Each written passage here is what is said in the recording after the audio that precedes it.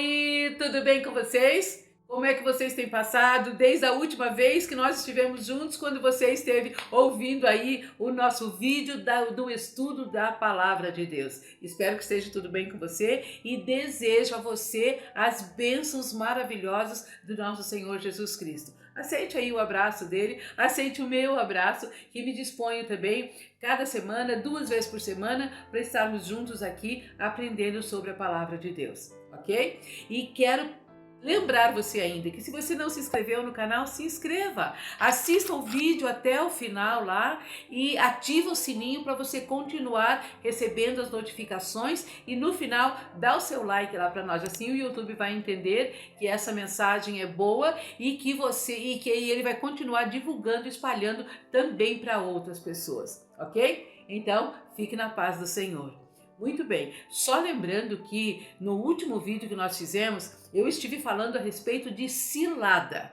Nós lemos o livro de Efésios, capítulo 6, verso 11, onde o apóstolo Paulo está nos advertindo e falando para nós ficarmos atentos a todas as ciladas do diabo.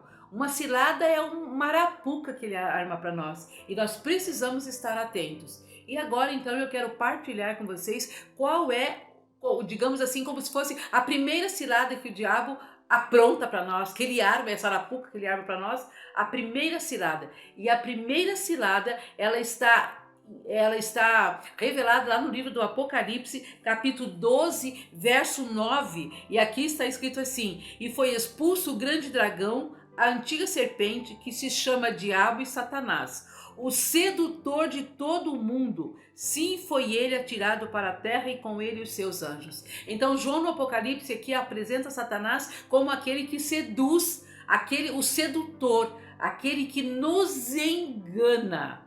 Olha só. E agora eu vou dizer para você que um dos maiores enganos que Satanás tem usado com a humanidade, e ele tem conseguido alcançar milhões e milhões de pessoas, fazendo com que elas caiam na arapuca dele e acreditem nessa mentira que ele fala. E esse engano dele, essa cilada dele é o engano de que o ser humano é imortal, de que o homem é imortal.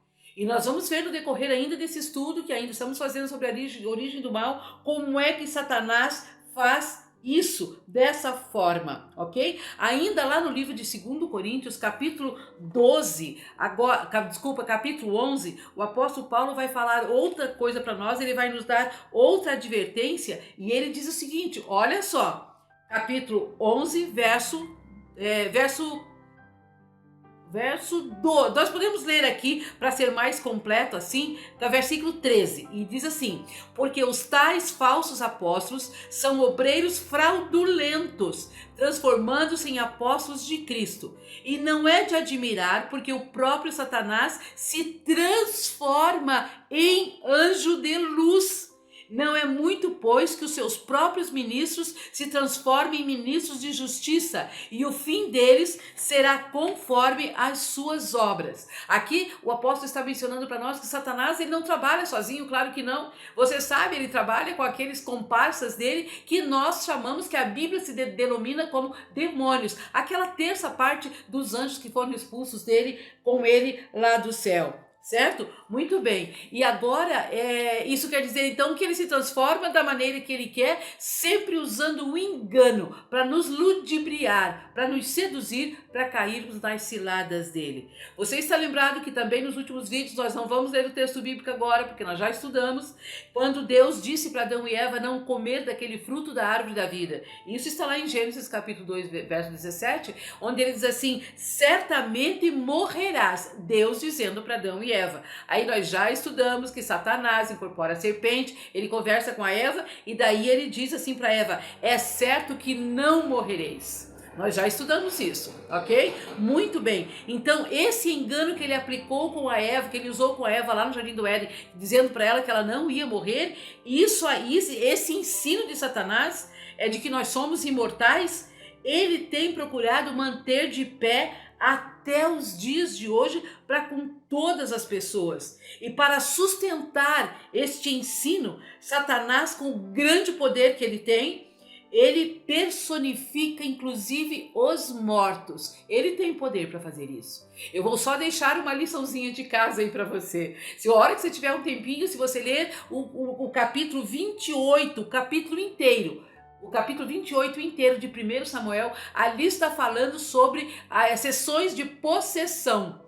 E Lúcifer ali, Satanás, desculpa, que agora ele não é mais Lúcifer, Satanás ali ele personifica um personagem bíblico, no caso, o profeta Samuel. Saul, rei de Israel, primeiro rei de Israel, estava desesperado, com medo dos filisteus, de travar uma batalha, uma guerra contra os filisteus, porque os filisteus eram muitos que vinham ao encontro em guerra com o povo de Israel. Então ele procura uma feiticeira.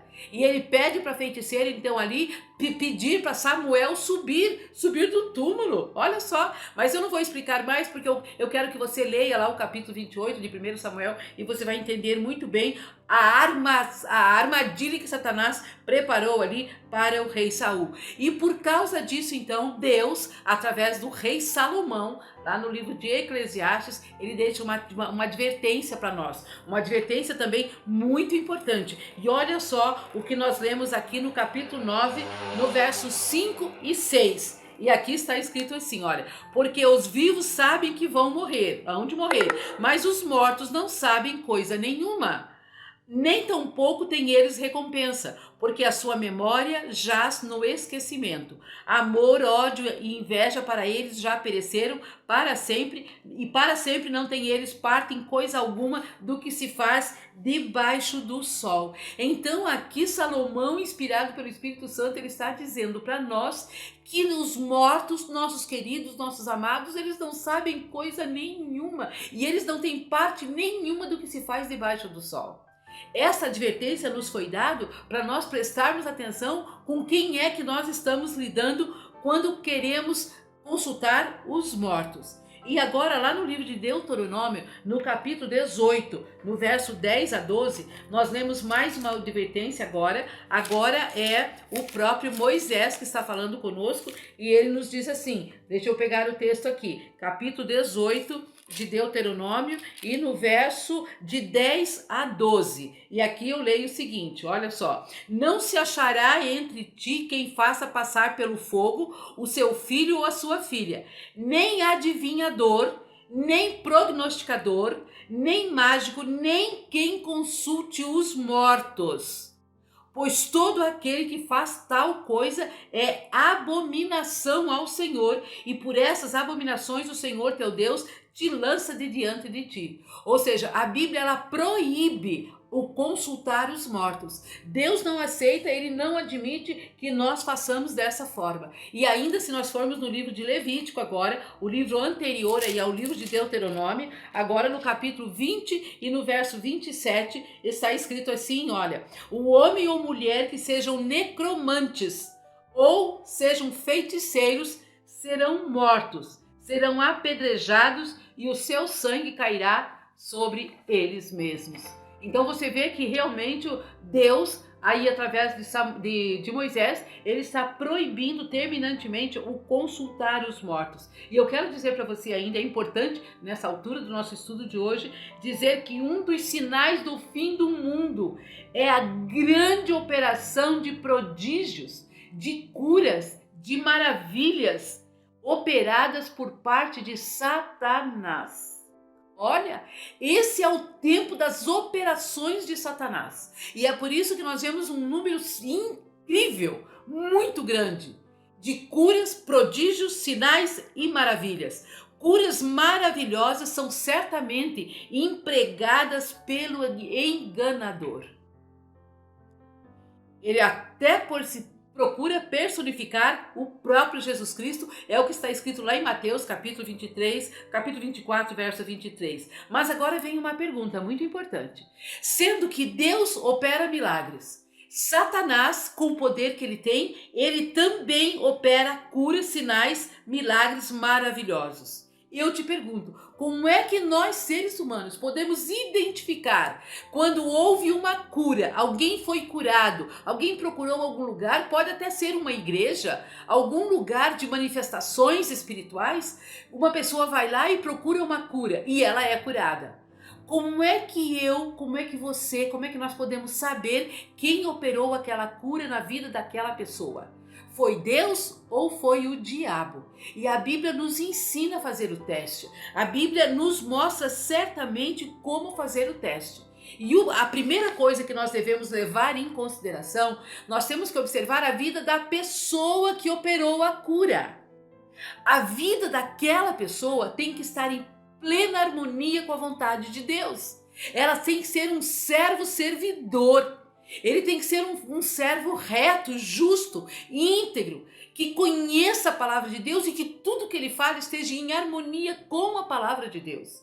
E você tem esse texto aí no livro de Atos dos Apóstolos. Esse é um livro ali depois do livro de João, o primeiro livro depois de João, em Atos dos Apóstolos, e lá está escrito assim, olha o que eu vou ler para você aí agora, Atos capítulo 5, verso 32. Aí Lucas, o autor do livro, escreve assim para nós, Atos 5 e o verso 32. Estou chegando aqui no texto, por favor, verso 5, capítulo 5, verso 32, está escrito assim: ora, nós somos testemunhas desses fatos, e bem assim o Espírito Santo, que Deus outorga aos que lhe obedecem. Então Deus só concede o Espírito Santo para aqueles que são obedientes. Esse é o primeiro teste para você saber quem operou o sinal. Se foi Deus ou foi o diabo. Ou seja, a vida daquele operador de milagre, daquela pessoa que realizou o milagre, tem que estar em plena e total harmonia com a Bíblia. E tem mais um texto. Eu quero que você vá lá para o livro de Isaías agora, no Velho Testamento. Nós temos lá o grande profeta Isaías, nosso lá, né? E lá Isaías também dá um conselho a esse respeito. Isaías no capítulo 8 agora, no verso 20. Olha só o que está escrito aqui. Isaías capítulo 8, verso 20 está escrito assim: a lei é o testemunho, se eles não falarem desta maneira, jamais verão a alva. Então, enfatizando mais uma vez, a vida do operador de milagres tem que estar em total harmonia com a Bíblia, e não só o Novo Testamento, a Bíblia inteira, de Gênesis a Apocalipse. Por quê? Porque lá em o apóstolo Paulo escreveu uma das cartas dele para Tiago, e ele diz assim, segundo Timóteo capítulo 3:16, toda a escritura é inspirada por Deus. Então, até que Cristo volte, a Bíblia inteirinha está em vigência, desde o livro de Gênesis até o Apocalipse. E nós devemos observar todos esses princípios que Deus estabelece aí para nós em toda a Bíblia Sagrada. Então, a vida da pessoa tem que estar em plena harmonia com a vontade de Deus. Então, a primeira cilada de Satanás é o engano. Qual é a segunda cilada que ele usa conosco, seres humanos? É incutir ideias erradas a respeito de Deus. Como é que Satanás faz isso? Satanás opera todo o mal no mundo, de norte a sul, leste a oeste. Todas as catástrofes, essas tremendas guerras, inundações, terremotos, maremotos, doenças, sofrimento, flagelos na natureza, morte, tudo isso são operações de Satanás. Mas ele faz o homem crer que Deus é que opera essas coisas. Por quê? Porque ele é inimigo de Deus. E ele quer desenvolver em você a mesma inimizade. Porque se você analisar e pensar que Deus mandou um terremoto lá no Chile, lá onde mais, em qualquer lugar do mundo, no Japão, na China, um terremoto que ceifa a vida de milhares de pessoas. Digamos que você esteja num lugar desse que é alcançado por uma calamidade dessa, uma inundação muito grande, uma tempestade, um furacão que traz tanto desgraça e sofrimento. E você perde familiares, ou tem perdas de propriedades, de bens, você perde tudo que você tem, como tem acontecido com milhares de pessoas pelo mundo afora, inclusive aqui no Brasil. Aí leva a vida dos teus queridos, leva os bens que você tem, leva tudo, e Satanás dessa forma, ele quer colocar na tua cabeça assim, que foi Deus que mandou aquela calamidade. Aí você vai ficar com raiva de Deus, você vai ficar às vezes com bronca de Deus, porque é isso que acontece às vezes com muitas pessoas que passam por algumas calamidades e eles ficam revoltados com Deus. Então Satanás quer fazer isso para que você se revolte também contra Deus, certo? Ao passo que quando nós estudamos as Escrituras, por exemplo, nós vamos lá para São João 3,16, e lá diz assim: porque Deus amou o mundo de tal maneira que deu seu Filho unigênito para que todo aquele que nele crê não pereça, mas tenha vida eterna. Aqui está em evidência o amor tão extraordinário de Deus. Você pega então esse Deus de amor morrendo lá na cruz do Calvário para salvar a cada um de nós. Agora compara esse mesmo Deus enviando uma calamidade, um terremoto, morte e sofrimento. Combina o caráter? Combina o caráter? É possível o mesmo Deus ter um caráter tão assustador como esse, de mandar calamidade, sofrimento, morte para o ser humano e depois ele morrer na cruz do Calvário? Não. E sabe por que não? Porque não é Deus que causa as calamidades. O propósito de Deus é nos induzir, nos colocar no caminho do amor e da salvação em Cristo Jesus. Terceira cilada do diabo é quando ele nos incute a pecar, porque nos fazendo pecar, ele nos faz sermos inimigos de Deus. Lá no livro do profeta Isaías, também eu leio na Bíblia aqui agora, no capítulo 59, verso 2. Mas as vossas iniquidades fazem separação entre vós e o vosso Deus, para que vós não ouça. Então, quando ele nos induz a pecar, ele nos faz nos tornarmos inimigos de Deus. Nós vamos continuar estudando mais um pouquinho a respeito agora do próximo tema, que vai ser como vencer a Satanás. E a Bíblia dá certinho a receita certinha como vencer a Satanás. Então, eu convido você para estarmos juntos mais uma vez no próximo vídeo. Vai ser uma alegria ajudar você a se precaver contra essas ciladas, essas arapucas que o inimigo lança para cada um de nós. Que Deus o abençoe mais uma vez nesse dia, tá bom? Seja feliz, fique bem, fique com Deus e até o próximo vídeo, se Deus assim nos permitir. Tchau, tchau.